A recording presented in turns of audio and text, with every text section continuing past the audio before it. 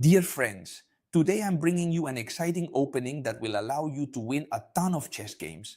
It's an opening you already know and love because we enjoy it so much here on the channel. But today, we'll look at a particular line that's truly impressive. Which opening are we talking about, Chessteacher? Well, very good. First of all, you'll be able to play this opening many times. Why is that? Because it's played when there's a double king's pawn opening. That means you'll be able to play it in the vast majority of your games because they almost certainly start this way. Here, on the second move, in chess, we're going to play the fantastic and wonderful bishop's opening, which is truly one of our favorite openings to use. You're going to see the line I'm bringing you today, which you can, if you want, memorize, or, as I always recommend, really understand the plans behind this attack, because if you remember the plans, you'll be able to apply them no matter what your opponent does.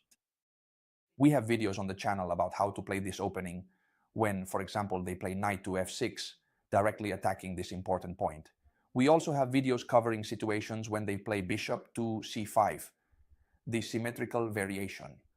But in this video, I'm bringing you a line for when they play what is considered black's best move, which is knight to c6, trying to get us to play knight to f3 and enter a defense, or rather, a traditional Italian opening. Since most opponents don't really know how to play the bishop's opening, they play knight to c6 to try to steer the game into a normal Italian variation. So here, on the second move of the game, we're going to go straight into what I've carefully prepared for you, f4, which is truly an impressive and bold move. It's not the very first time we've seen this idea, but in this particular case, it's spectacularly effective and quite striking. We actually give up a pawn on the third move, which is a daring sacrifice that sets the tone for the rest of the game. If they don't take it, let's see what happens next. First, let's see what happens if they take this pawn, which is free. So I often find that the most common thing is for them to capture this completely free pawn. So why do we give it away? First of all, in the opening, our goal is to occupy the center of the board with our two pawns. Pay attention to the move. Did you get it? We're diverting the central pawn. In other words, we are moving it away so that we can occupy the center ourselves with our two pawns. The main thing to notice is that now we're attacking this pawn with the bishop, so if they don't defend it, just look at what will happen on the next move. Bishop takes pawn and we have an amazing position. We're not down any material, it's equal. But as you can see, white's position is much better than black's. So with this d4 move, what we're doing is threatening this pawn. But of course, there are still possibilities to consider, and the game can take different directions depending on how black responds. Here, black has a move that is actually the most commonly played in this position, and it's quite scary. You need to know how to respond to it. It's this move right here. Queen to h4, giving check to the king and defending this square. And most importantly, how do we get out of this check? The knight can't do it. If we block with the pawn, that's a big mistake, because if they capture, we can't recapture since the rook blocks. That would be terrible. Chess teaches, you're going crazy. Well, pay attention, because I'm about to get even crazier. The best move here is king to f1. It might seem strange, I know it might seem strange, but it's a really good move. The attack for black is over. We move the king aside and now they can't do absolutely anything. For example, they have to keep developing their pieces. The most logical move, and the one they play 70% of the time, is knight to f6. They develop a knight, attack this pawn and want to come, and this checkmate idea here makes perfect sense, but it doesn't worry us at all. For now, we can keep playing with normal development. Knight to f3 and we attack a queen. A queen that has very few available moves.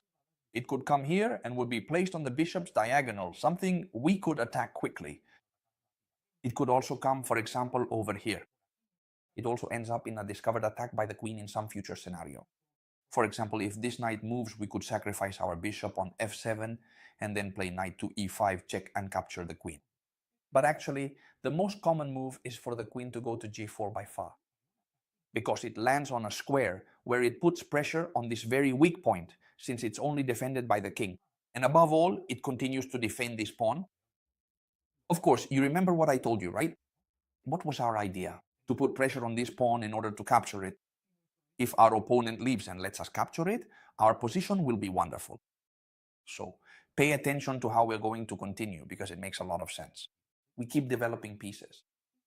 This opening is not at all difficult to play, it's very easy and also brings very good results, especially because our opponents don't know how to play against it. This is the most important thing. The game can continue in many ways. In fact, they're often tempted to play this bishop since they can't develop it here nor here because we would advance our pawn to e5 and win a piece with the dreaded underpants tactic, right? And on e7 it seems very passive, doesn't it? It would let us attack very easily. On the other hand, this move, bishop to b4, threatens the following. Bishop takes knight and then knight takes e4, winning a pawn. They would win a pawn, they already have an extra pawn. This looks very good for black, but don't worry, because we are not going to give them any time at all. Here comes our brutal attack. We start with the move h3, threatening the queen. We'd like the queen to go this way, because then we're going to take this pawn. However, they can still hold on to the pawn with the move queen to g3. You're getting the idea, right? You can watch the video as many times as you need. The idea is that we want to capture here, that's why we drive the queen away. But if they try to defend it, we're not worried at all. In fact, it's no problem. Knight to e2. We attack the queen, and where does it go? It has no choice but to go to the g5 square. g6 in this case. Very good. So if you've understood what we're explaining, you'll know that here we're already ready to capture this pawn. But actually, I like even more to first threaten this bishop, a bishop that has no squares. Look at what's happening. At first it seemed like black was attacking a lot, but we've kept calm and now they're the ones suffering a lot. This bishop can't go here, and not here either because the knight would come, so it goes to e7. It seems there's no other option. We could keep threatening this knight, which would be a very good move, or what I like most, capturing this pawn. With what do we capture it? With the bishop or with the knight? Well, my favorite is with the knight, so now what we're doing is attacking the queen again. A queen that keeps running out of squares. It might seem at first glance here that black says, hey, but if you're giving me the important central pawn, I can simply move my queen, since you're attacking it and capture this pawn. And now what, Chessteacher? What do you do? Well, here you lose the game. White wins the game with the brilliant move bishop to d3. You can resign now because this queen is absolutely and completely trapped and cannot go anywhere at all on the board. Pay close attention to what I'm going to show you now because it's my favorite line. First we play d4 and we're already seeing what happens when they capture this pawn. We should continue with d4. Many times they're going to play d4 against us and we've seen how to react and the plans we have against this move. But it's very likely, and I'm telling you this from experience, that they'll just play the normal knight to f6, let you capture here, and absolutely nothing has happened. Why? Because they're attacking our pawn. d4. Many of you are probably tempted to play this pawn to e5. It wouldn't be a very good move because here black has both knight to e4, which is a very good move, and d5, which creates good counterplay, like attacking the bishop, you attack the knight, and this is very good for black. I recommend you play knight to c3. Knight to c3 defends the pawn and develops a piece, but it seems to have a downside, apparently because we're being a bit cheeky. And actually, it doesn't have any downside at all. The point that seems like a downside but really isn't, is that they hit us with a devastating attack, with the bishop pinning the knight, once again threatening knight takes pawn. And this seems pretty dangerous, right? Well, no, in fact, we're even going to let them capture the pawn. With their brilliant move, knight from d to e2. But Chessteacher, what are you telling me here? First you sacrifice a pawn, now they take another one because you can't recapture since this knight is pinned. What are you doing? Relax, we're just going to castle now. We're currently carrying out a slow, careful and methodical attack. We have better piece placement in this position. Here, the most common thing is that they exchange, for example, knights. In this case, instead of capturing with the knight, capture with the pawn. It's true that we double our pawns, but if you were to capture with the knight, this bishop could still recapture the knight and force us to double our pawns anyway. Therefore, what we're doing here is gaining a tempo against the bishop, which has to retreat. For example, bishop to e7, right? And then here, we practically have the game won already. Why? Because our difference in piece placement and activity is so much greater than our opponents that even though, as you can see, they have 2 extra pawns, it's really unstoppable. For example, here you could go for the slow attack or the lethal attack. The slow attack would be knight takes pawn, threatening both a bishop and a rook on the f7 square. When this knight moves, we could bring the queen in either via h5 or g4, and that would be spectacular. But that's not the lethal attack. Do you know what the lethal attack is? What's the problem with the slow attack? That they can castle and then nothing really happens. The lethal attack, bishop takes on f7, a bishop sacrifice leaves our opponent with no options at all. They have to capture, because if they don't, we'll capture with the rook, create discovered attacks, and it will be lethal. So what happens when they capture the bishop? How do I respond? Do I capture with the rook or with the knight? Or even with the bishop? The best is with the knight. Because now it's true that we don't give a direct check, but we create an even stronger threat. We create a discovered attack, meaning that if they're not careful now, we'll launch a discovered attack with this knight. Therefore, the most logical thing here is for them to defend themselves. A very good move, but no matter how well they play, there's nothing they can do. We bring in the knight, attack the bishop together with the rook. We can bring in the other bishop. We can bring in the queen. And who cares about being down a bishop at this point? If black has this bishop here, that does absolutely nothing. And we're going to end up delivering checkmate. For example, they might continue with rook to f8, looking for an artificial castling, right? And here we simply continue with queen to g4. Very good move. They have two options. If they try to hide, they would lose immediately with rook takes bishop. If they capture with the rook, it's checkmate. And if they capture with the queen, well, we take the queen. So here, as you can see, it wouldn't be possible to try to shelter the king because we would have rook takes bishop. And I'll show you what happened to me in a game. In one game, I played this in a fast official tournament game, not online, an official tournament, and here they played queen to a7. I hadn't studied this, but I thought it through logically. Wait a minute, I have all my pieces attacking. Why can't queen to a7 be a good move?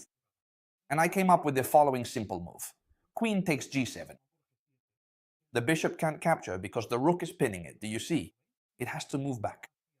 And when the king moves back, I continue with knight takes bishop. Brutal move. He can't take with the queen because he'd be giving it away.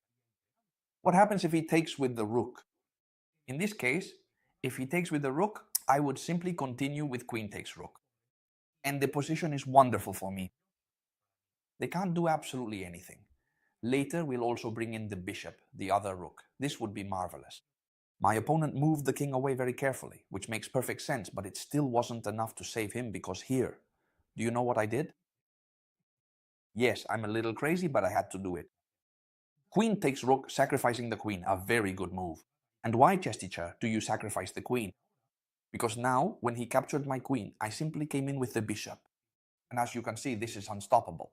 I took advantage of the fact that the king can't move here or here because it would be the same as being pinned to set up another unpin. They can't do anything. My opponent tried to put the knight in between, but it didn't help at all because I played knight to d5, threatening. The knight on d7 with the bishop and also with the knight, plus a discovered attack on the queen. A queen that can't move away because if it does, for example, over here, it would have to be given up. When he captured this knight, my opponent tried to give back the queen I had sacrificed, but really, after rook takes, explaining how they could save themselves from this knight, they really can't do anything.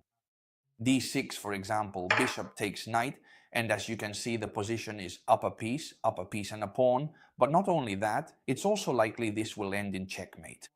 The rook can't move, the bishop can't move because it's in check, and this was the resignation from my opponent.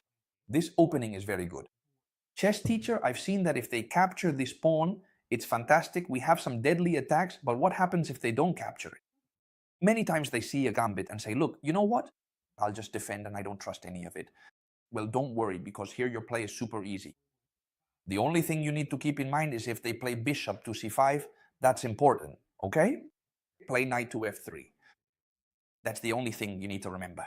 Why? Because it would be dangerous with the bishop here to play d3 and allow the queen in. That would be very dangerous. But aside from that, as long as you remember that if they play bishop to c5, you should play knight to f3. It's the simplest game in the world. I'll show you with a real example. My opponent played knight to f6, defending everything, and I simply played knight to c3. d6, I played d3. It's a very simple game, and moreover, whenever we want, we can capture here and open this file for the rook, which together with the bishop will attack the f7 square. My opponent came to pin the knight, all right? And I simply, what do I have to do? Well, I didn't complicate things too much. I simply went to eliminate this bishop here. Very important since we have this pawn that doesn't prevent us from castling. You see that, right? Or rather, it does prevent us from castling. We need to eliminate this bishop in order to castle properly, but there's no problem at all. If they come here, we simply cover ourselves here and eliminate this bishop, or as my opponent did, he placed it here, I take it, and that way he opens the file for the rook. What have we achieved? Well, we've managed to play in a super correct way. It's a super easy opening to play. We develop the pieces without leaving anything behind. At this point, look at what I did. I played c3 to prevent any kind of knight jump. You see, I don't complicate things at all. Queen to a7, a3, the bishop retreated. The good thing about this opening is that it allows us to launch an attack on the king side thanks to this f4. I'll show you how I did it. Bishop takes bishop, queen takes, and here, for example, I already have this pawn advance available, which allows me to push forward strongly with my pawns. Now I bring out my other bishop, they chase it away, and I exchange bishop for knight. I don't mind because my attack is lethal. And now look at this beautiful move, huh? Knight to h2, you see it, right? To bring the knight to g4 and threaten a queen that's in a precarious situation. My opponent tries to defend as best as he can. I go to attack his queen. The queen has to move. And now f6. A brilliant move. What does he have to do? Well, honestly, there's not much he can do here. If he moves the knight away, I'm going to open up his king, so almost the best thing is to exchange these pawns. However, how can I continue? Either with knight takes or with the rook, because that still seems even better to me. Because we're threatening to break in through here. No matter how much they move the king, which is what they did in the game, I take this point here. Now, they can't move the knight, for example, over here because I would take the queen. In this case, he slipped in through here, but pay attention to what I did. Queen to d2, threatening to break in through here. They tried to cover up, but this is already spectacular. Do you know what move I played here that made my opponent resign immediately? Look how beautiful it is. Rook to h1, check. A brutal rook sacrifice. It can't be taken because mate would come on the next move. Beautiful, right? So my opponent, he should have actually moved to f8 and resigned, but it wouldn't have helped him anyway because the queen would still come in. Check, the king would have to move, and now the knight would simply come in. Look at how my pieces are playing. All I've done is attack on the king side, nothing else. And here I simply take this rook, bring in the queen, then take here. As you can see, this attack is completely lethal. When the king moves, I take this rook. They can't do absolutely anything, which is why my opponent resigned. This position is excellent whether they capture you or not. Make sure to save it well because later you won't be able to find it and you'll say, where was that great chess teacher video that I wanted to learn from? So make sure to save it well and keep it safe. Leave a like if you enjoyed this video, subscribe to the channel for more videos like this one, and I'll see you tomorrow in the next video, my friends. Goodbye.